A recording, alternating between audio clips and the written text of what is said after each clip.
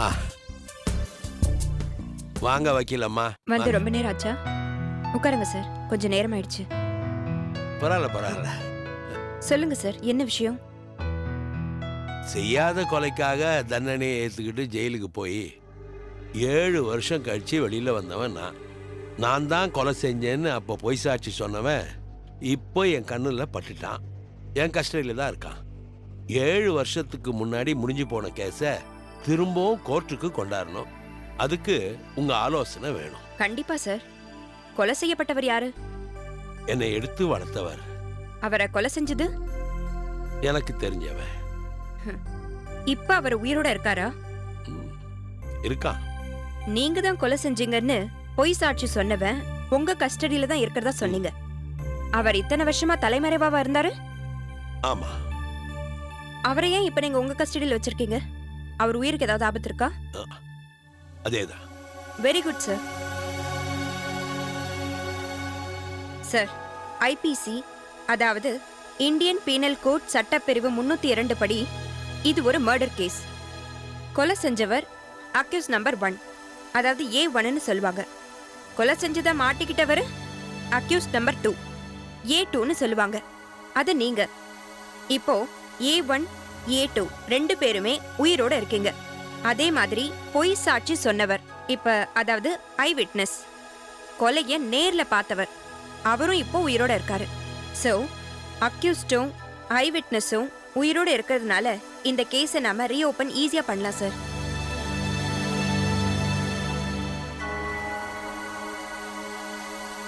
இந்த 2 பேர்ல யாராவது ஒருத்தர் ஐ விட்னஸோ உண்மையான கொலைக்காரனும் இறந்திருந்தா இந்த ஃபைல் க்ளோஸ் ஆயிருக்கும். இறந்தவர் பத்தின டெத் சர்டிபிகேட்டை கோர்ட் கேட்கும். போலீஸ்காரங்க சப்மிட் பண்ணுவாங்க. ஃபைல் க்ளோஸ் ஆயிடும். ஆனா 2 பேரும் உயிரோட இருக்கிறதுனால நீங்க கோர்ட்ல மனு தாக்கல் பண்ணலாம். உண்மையான கொலைக்காரன் சோ அண்ட் சோ இவரு, நான் தான் கொலைக்காரன்னு அன்னைக்கு பொய் சாட்சி சொன்ன சோ அண்ட் சோ இத்தனை வருஷமா தலைமறைவா இருந்தாரு. இப்போ அவர் இருக்கிற இடம் எனக்கு தெரிஞ்சிருச்சு. நான் அந்த கொலையை பண்ணல, மீண்டும் அந்த கேஸை எடுத்து விசாரிக்கும்படி கேட்டுக்கிறேன்னு நீங்க ஸ்டேஷன்ல கம்ப்ளைண்ட் கொடுக்கலாம். நீங்க கொலை செஞ்சதா ஏற்கனவே பதிவான எஃப்ஐஆர் காப்பி 1 கோர்ட்லயும் காப்பி 2 ஸ்டேஷன்லயும் இப்பவும் இருக்கும். நீங்க கொடுக்கிற கம்ப்ளைண்ட்டையும் எஃப்ஐஆர் ரெஃபரன்ஸையும் போலீஸ் திரும்பவும் கோர்ட்டுக்கு கொண்டு போவாங்க. போலீஸ் அக்யூஸ்ட் 1 விசாரணைக்கு வர சொல்லுவாங்க. சரிம்மா, என்னுடைய கைரேக கொலைக்கு உபயோகப்படுத்தப்பட்ட கத்தியில பதியாகி இருந்ததுனால தான் எனக்கு தண்டனையே கொடுத்தாங்க. திரும்பவும் அவங்க தரப்புல அதை சொல்லிதானே வாதாடுவாங்க. சார் கேக்குறது சரிதான். ஏன்னா இவ்வளவு நேரம் நீங்க சொல்லிட்டு இருந்தீங்களே A1 அந்த அக்யூஸ்டுக்கு இவ்வளவு நாளா பாதுகாப்பு கொடுத்து வந்தது ஒரு பெரிய கிரிமினல் லாயர். அவர் பேரை சொன்னா இன்னும் நீங்க ஷாக் ஆயிடுவீங்க. கண்டிப்பா அவர் உங்களுக்கு தெரிஞ்சிருக்கும். உங்களுக்கெல்லாம் டாப் மோஸ்ட் சீனியர் அவரு. அப்படியா? யார் அவரு? முதல்ல தேவராசர் கேட்ட சந்தேகத்துக்கு பதில் சொல்லுங்க. அதுக்கப்புறம் அவர் யாருன்னு நாங்க சொல்றோம். உங்களோட கைரேகை கத்தியில பதிவானதுனாலதான் உங்களுக்கு தண்டனை கொடுத்ததா நீங்க சொன்னீங்க. அப்பவே நீங்க ஒரு நல்ல வக்கீலா வச்சிருந்தீங்கன்னா நீங்க தண்டனையில இருந்து தப்பிச்சிருக்கலாம். என்ன சொல்றீங்க? உண்மையான கொலைகாரனோட கைரேகையும் கத்தியில இருந்திருக்கும்ல சார். எவ்வளவோ இருக்கு. நீங்க கொலைய பண்ணல? இல்லம்மா. அப்ப கொலைகாரனுக்கு தண்டனை உறுதி. இப்ப சொல்லுங்க, யார் அவரு? நீங்க இந்த கேஸ் எடுத்து வாதாடி தேவராசர் குற்றவாளி இல்லைன்னு நிரூபிக்க முடியுமா? கண்டிப்பா. அந்த கொலைக்காரன் வேற யாரும் இல்ல, leading criminal lawyer Sathyamoorthy.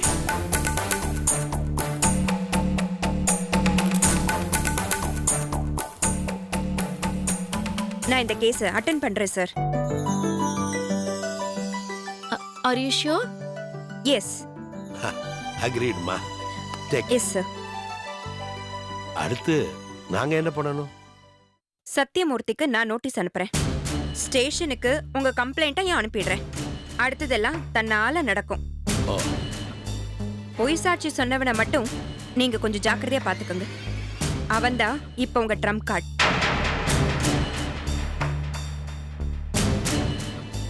Sathyamoorthy சட்டத்தை படிச்சவர் கிடையாது, அத கரைச்சி குடிச்சவர்.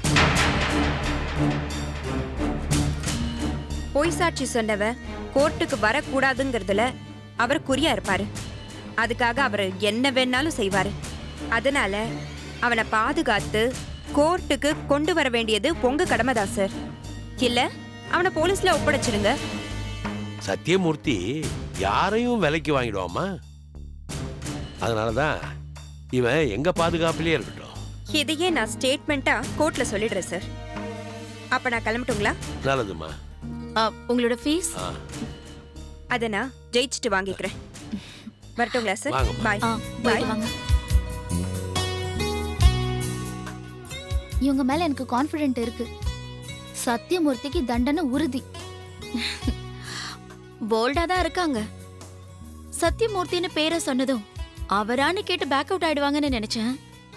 பரவாயில்ல, எந்த ரியாக்ஷனும் இல்லாம அட்டன் பண்றேன்னு சொல்லிட்டாங்க. என் மாமனாருக்கு நோட்டீஸ் வரும். காவியா, பார்த்து நடந்துக்குமா. நாங்களாம் வெளியில இருக்கோம், நீ சிங்கத்துடைய கொகையிலே இருக்க. நான் பாத்துக்கிறேன் சார். உன்னையும் தான் சொல்றேன், எந்த இன்சிடென்ட் நடந்தாலும் இம்மீடியட்டா ஒருத்தருக்கு ஒருத்தர் கம்யூனிகேட் பண்ணணும், டிஸ்கஸ் பண்ணணும், சொல்யூஷனை கண்டுபிடிக்கணும். பிரச்சனையை ஆக்டிவேட் பண்றதோ டீஆக்டிவேட் பண்றதோ மின்னல் வேகத்தில் நடக்கணும். ஓகே ஓகே அப்போ சரி, நாங்க கிளம்புறோம் கயல். சரிங்க ஐயா, வாங்க ஐயா.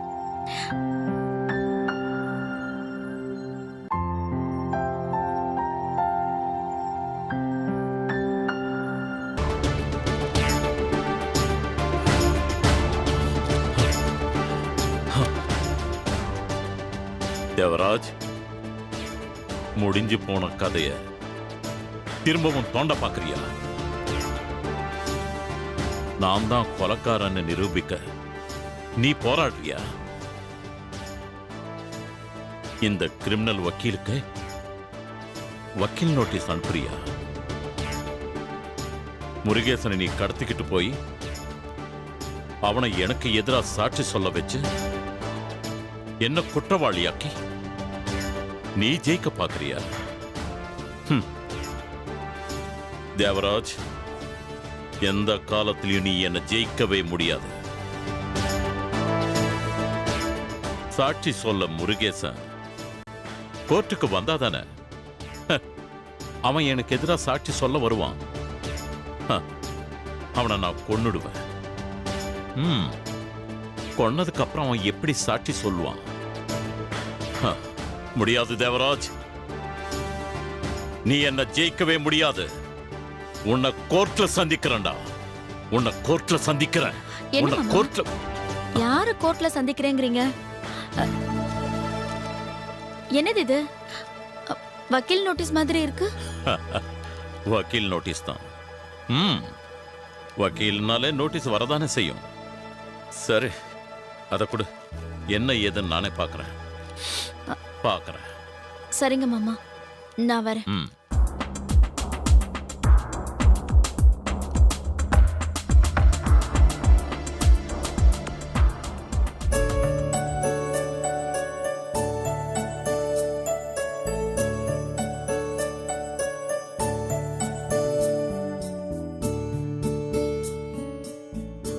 என்னம்மா அதுக்குள்ள வந்துட்ட? மாமா வீட்டுக்கு போனா மணிக்கணக்கில் பேசிக்கிட்டு இருப்ப, போனது வந்துட்ட. அது ஏண்டா கேக்குற? நான் சீக்கிரமா வந்தது உன்னை பார்த்து பேசதான். என்ன பார்த்தா? என்னம்மா மாமா ஏதாவது சொல்லிவிட்டாரா? ரொம்ப முக்கியமான விஷயம் பிரசாத். நீ எப்போ ஆபீஸ் போவ? ஆபீஸ்க்கு இதுக்கு மேலதான் கிளம்பி போனோம். என்ன விஷயம் சொல்லு. முதல்ல நீ ஆபீஸ் போனதும் அந்த கயல்விழிய வேலையை விட்டு தூக்கிடு. இனிமே அவ உன் ஆபீஸ்ல இருக்க கூடாது. வேலை பார்த்து கிழிச்சதெல்லாம் போதும். திடீர்னு எதுக்கு கைல்வெளியை வேலையை விட்டு எடுக்க சொல்ற? அவ அப்படி என்னம்மா பண்ணா? அவ ரொம்ப நல்ல பொண்ணு. அவள நல்ல பொண்ணு? அவ பசுந்தோல் போத்துன புலி. அவ நிழல் கூட உன் மேல படக்கூடாது. என்னம்மா பேசுற நீ? அகல பாதாளத்துல விழுந்து கிடந்த நம்ம கம்பெனிய கொஞ்சம் கொஞ்சமா தூக்கி பிடிச்சு கொண்டு வந்ததே கைல்வெளி தான். 10 பேர் இன்னைக்கு நம்ம கம்பெனியோட கான்ட்ராக்ட் வச்சிருக்காங்கன்னா அதுல கைல்வெளியுடைய உழைப்பு இருக்கு. அவ சாமர்த்தியமா பேசி சில பிசினஸ்களை சக்சஸ்ஃபுல்லா முடிச்சிருக்கா. அவளை போய் திடீர்னு வேலையை விட்டு தூக்குனா எப்படிமா? அது கஷ்டமா? டேய், கயல்விழி எந்த காரியத்தையும் சும்மா செய்யலடா. அவ பெரிய திட்டத்தோட தான் உனக்கு இந்த மாதிரி நல்ல காரியம் பண்ணிட்டு இருக்கா. இப்போ நீ அவளை பாராட்டுற பாரு, அதுக்காக தான் அவ இவ்ளோ காரியத்தையும் செய்றா. ஆனா உண்மையிலேயே உன் கம்பெனிய பெரிய அளவுல டெவலப் பண்ணுங்கிறது அவளோட நோக்கம் இல்ல. எல்லாமே ஒரு பிளான். அப்படின்னு யார் சொன்னா? உன் மாமா தான்டா சொன்னாரு. உன் ஆபீஸ்க்குள்ள கயல்விழியும் உன் மாமா வீட்ல கயல்விழியோட அம்மா கற்பகம் இருக்கால்ல, அவங்க 2 பேருமே உங்க மாமாவை கவுக்கிறதுக்கு தான் திட்டம் போட்டு வந்திருக்காங்களாம். இதையும் அவர் தான் சொன்னாரா? சத்தியமாடா. அருணையும் என் அண்ணன் சத்தியமூர்த்தியும் ஒரு மர்ம பொண்ணு மிரட்டிட்டு இருக்கா. அவளால எங்க அண்ணனுக்கு நிம்மதி போச்சு, தூக்கம் போச்சுன்னு சொன்னனே, ஞாபகம் இருக்கா? ஆமா, ஏதோ சொன்னேன். அந்த மர்ம பொண்ணு வேற யாரும் இல்ல, இதே கயல்விழிதான் அந்த மர்ம பொண்ணு.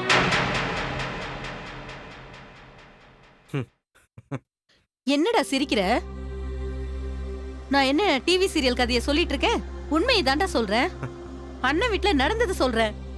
நான் ஏதோ காமெடி பண்றதா நினைச்சு சிரிக்கிற? எப்படி? மாமா வீட்டுக்கு போனா மணிக்கணக்கில் நீ அவரும் இந்த மாதிரி மர்ம கதைகள் தான் பேசிட்டு இருப்பீங்களா? பாவமா, அப்ப அவர் தனியா இருந்தாரு. நீ போனதும் கண்ட கனவுலாம் உன்ட கதையா சொல்லிட்டு இருப்பாருன்னு நினைக்கிறேன். டேய் அருவி கேட்டவனே, நான் எவ்வளவு சீரியஸா பேசிட்டு இருக்கேன்? கதை சொல்றேன்னு கிண்டல் பண்ணிட்டு இருக்கியா?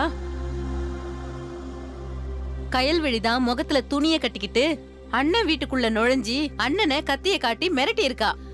அருணையும் உன் மாமாவையும் பழி வாங்க வந்திருக்கேன்னு சொல்லியிருக்கா.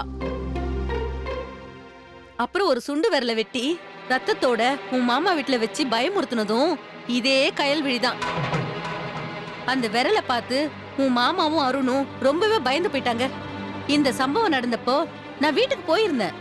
நானும் அந்த வெட்டப்பட்ட சுண்டு விரலை பார்த்தேன். யாரோ நம்ம குடும்பத்துக்கு ஆகாதவங்க தான் ஏதோ மாந்திரிகம் பண்ணிருக்காங்கன்னு நான் அண்ணன் கிட்ட சொன்னேன். அந்த விரலை நான் தான் வச்சேன்னு கயல்விழி உன் மாமாவுக்கு போன் பண்ணி சொல்லியிருக்கா, மிரட்டி இருக்கா. இந்த மிரட்டல் தொடரும் வேற சொல்லியிருக்கா. அந்த விரலை அருண் ஹாஸ்பிட்டலுக்கு எடுத்துட்டு போய் ரகசியமா லேப்ல வச்சு செக் பண்ணி பார்த்திருக்கான். அப்பதான் அது பிளாஸ்டிக் விரல்னு தெரிய வந்து 2 பேரும் ரிலாக்ஸ் ஆயிருக்காங்க. உன் மாமா அருண் இவங்களோட தவிப்பு பதட்டம் எல்லாத்தையுமே கயல்விழியோட அம்மா கற்பகம் வீட்ல வேலைக்காரி மாதிரி நடிச்சு வேவு பார்த்துக்கிட்டு நோட்டை விட்டுருக்கா. உன் மாமா வீட்ல நடக்கிற எல்லா விஷயத்தையும் தினமும் கயல்விழி கிட்ட போய் சொல்லியிருக்கா. அம்மாக்காரி உன் மாமா வீட்ல நடக்கிற விஷயங்களை வேவு பார்த்துட்டு போய் சொல்ல சொல்ல அதுக்கு தகுந்த மாதிரி கயல்விழி ஒவ்வொரு திட்டமா போட்டிருக்கா. அதே மாதிரிதான் உன்னை கவுக்கத்தான் அவன் உன் ஆபீஸ்லயே வேலைக்கு சேர்ந்திருக்கா. இப்ப புரியுதா? என்னால நம்பவே முடியலமா. கைல்வெளி இப்படிலாம் பண்ணியிருப்பான்னு கற்பனை பண்ணி கூட பார்க்க முடியல. மாமா வீட்டுக்குள்ளேயே நுழைஞ்சு அவ அருணை கத்தியை காட்டி மிரட்டி இருக்கிறான்னு நீ சொல்ற. அப்படி மாமாவையும் அருணையும் கைல்வெளி மிரட்ட வேண்டிய அவசியம் என்ன இருக்கு? என்ன சம்பந்தம் இருக்கு? எதுவுமே ஒட்டலையம்மா. கத்தியை காட்டி மிரட்டினது காவியான்னு சொன்னா கூட நம்பும்படியா இருக்கும். ஏன்னா கல்யாணத்துக்கு முன்னாடி வரைக்கும் அவதான் அவங்க 2 பேரையும் படாத பாடுபடுத்திட்டு இருந்தா. மாமா சொத்தை அடையணும்னு வெறியோட இருந்தா. அவங்க 2 பேரையும் மிரட்டி பழியை தீக்கிறதுக்காக கத்தியை காட்டி மிரட்டினான்னு சொன்னா அது நம்பும்படியா இருக்கும். கைல்வெளிக்கும் அவங்க அம்மாவுக்கும் அப்படின்னா நோக்கம் இருக்க முடியும்? இல்லடா, உன் மாமா குடும்பத்தை பழி வாங்கணும். அதுதான்டா அவங்க 2 பேருடைய நோக்கமும். இன்னொரு விஷயம் சொல்லட்டுமா? கணேஷ் ஆபீஸ்ல நீ வேலை பார்த்தப்போ அவன் கம்பெனியோட டெண்டர் ரகசியம் உன் மூலமா கல்பனாவோட ஆபீஸ்க்கு போயிருக்குன்னு சந்தேகப்பட்டு கணேஷ் நம்ம வீடு தேடி வந்து உங்ககிட்ட கண்டபடி சண்டை போட்டுட்டு போனானே, அதாவது உனக்கு ஞாபகம் இருக்கா இல்ல மறந்துட்டியா? நல்ல ஞாபகம் இருக்குமா. கணேஷ்க்கு எனக்கும் கை கலப்பே நடந்தது. அவன் கோவத்தோட போனான். இனிமேல் கணேஷ் ஆபீஸ்க்கு வேலைக்கு போகக்கூடாதுன்னு நீ என்கிட்ட சொன்ன. அது இல்லாம நீ மாமா கிட்டையும் போய் இது சொன்ன. மாமாவும் ஆள் வச்சு கணேஷ் அடிச்சிட்டாரு. போலீஸ் ஸ்டேஷனுக்கும் போனாரு. எல்லாம் எனக்கு ஞாபகம் இருக்குமா. எல்லாம் உனக்கு ஞாபகம் இருக்குல்ல? அதுல ஒரு சின்ன திருத்தம். கணேஷ் ஆள் வச்சு அடிச்சது உன் மாமா சத்தியமூர்த்தி இல்ல, இதே கயல்விழிதான். என்னம்மா சொல்ற? ஒட்டத்தலைக்கும் முழங்காலுக்கும் முடிச்சு போட்ட கதையா இருக்கு. இத நான் முடிச்சு போட்டு பேசுறதுக்கு கதை இல்லடா, கயல்விழியோட மாஸ்டர் பிளான். மாஸ்டர் பிளானா? என் அண்ணனை பழிவாங்க போலீஸ் ஸ்டேஷன்ல வச்சு அசிங்கப்படுத்தி பார்க்க கிடைச்ச இந்த சந்தர்ப்பத்தை கயல்விழி பயன்படுத்திக்கிட்டா. அவளோட அடியாட்களை அனுப்பி கணேஷ அடிக்க வச்சிருக்கா. அடிச்சவங்க சத்தியமூர்த்தி மருமக மேலைய கைய வச்சிங்கன்னு சொல்லி அடிச்சிருக்காங்க. அடிப்பட்ட கணேஷும் எங்க அண்ணன் பேர்ல கம்ப்ளைண்ட் கொடுத்து பிரச்சனை பண்ணிட்டான். உன் மாமனாரையும் போலீஸ்காரங்க புடிச்சுக்கிட்டு போனாங்க, அப்புறம் விட்டுட்டாங்க. சரிம்மா, நீ சொல்றத நிஜனே வச்சுக்குவோம். இந்த விஷயம்லாம் உனக்கு எப்படி தெரியும்? இதெல்லாம் உங்க மாமா சொல்லிதான் எனக்கே தெரியும். நீ நம்பாத மாதிரிதான் ஆரம்பத்திலையும் என்னாலையும் நம்ப முடியல. இன்னைக்கு அந்த கயல்விழி முகத்தை துப்பட்டாவில சுத்தி கட்டிக்கிட்டு உன் மாமா வீட்டுக்கு வந்திருக்கா. முகத்தை மூடி இருக்கிற துணிய அவுத்திருக்கா. அப்பதான் உன் மாமனுக்கு அது கயல்விழின்னு தெரிஞ்சிருக்கு. இப்ப நான் சொன்னது எல்லாமே கயல்விழியே அவ வாயால உன் மாமா கிட்ட சொன்னா. சரிம்மா, இவ்வளவு தூரம் நடந்திருக்கு. மாமா அவளை சும்மாவே விட்டாரு? எவ்வளவு பெரிய கிரிமினல் லாயர், சட்டம் தெரிஞ்சவரு. அவருக்கு தெரியாத போலீஸ் ஆபீசர்ஸா? அவர் ஒரு ஃபோன் பண்ணியிருந்தா அம்மாவையும் பொண்ணையும் போலீஸ் அரெஸ்ட் பண்ணிட்டு போயிருப்பாங்களா? அதை விட்டுட்டு அவர் என்கிட்ட சொல்லி கயல்வெளியை வேலையை விட்டு தூக்குன்னு எதுக்கு சொல்லணும்?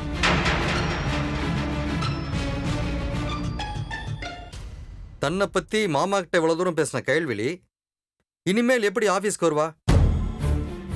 புத்திசாலித்தனமா இவ்வளவு காரியத்தை செஞ்சவ இனிமேல் ஆபீஸ்லயே வந்து உட்காந்து வேலையை பாப்பா? சரிம்மா, நீ சொல்றது எல்லாத்தையும் நான் நம்புறேன். எங்கிருந்தோ வந்த கயல்வெளி எதுக்கு மாமாவை, அருணை, என்ன இப்படி பழி வாங்கணும்னு நினைக்கணும்? இதுக்கு காரணம் என்ன? அதுதான் எனக்கு உதைக்குது. இவ்வளோ விஷயத்தையும் உன்கிட்ட சொன்ன மாமா அவ ஏன் இப்படி பண்றாங்கிற காரணத்தையும் சொல்லணும்ல? அத நானும் கேக்கலடா, உன் மாமாவும் சொல்லல. அது ஒண்ணுதாம எனக்கு புரியாத புதிரா இருக்கு. உன் மாமா கிட்ட இத பத்தி என்னடா கேக்குறது? ஏண்டி இப்படி ஒரு காரியத்தை பண்ணன்னு கற்பகத்தையே கேட்டுடுறேன். என் அண்ணனை ஏன் இப்படி 2 பேரும் ஆட்டி படைக்கிறீங்கன்னு கேட்டுட்டு வர. நீ கயல்விழி கிட்ட கொஞ்சம் உஷாராவே இரு. உஷாராவா? இனிமேல் நான் என்ன உஷாரா இருக்கிறது? சரி, நீ பார்த்து போயிட்டு வா.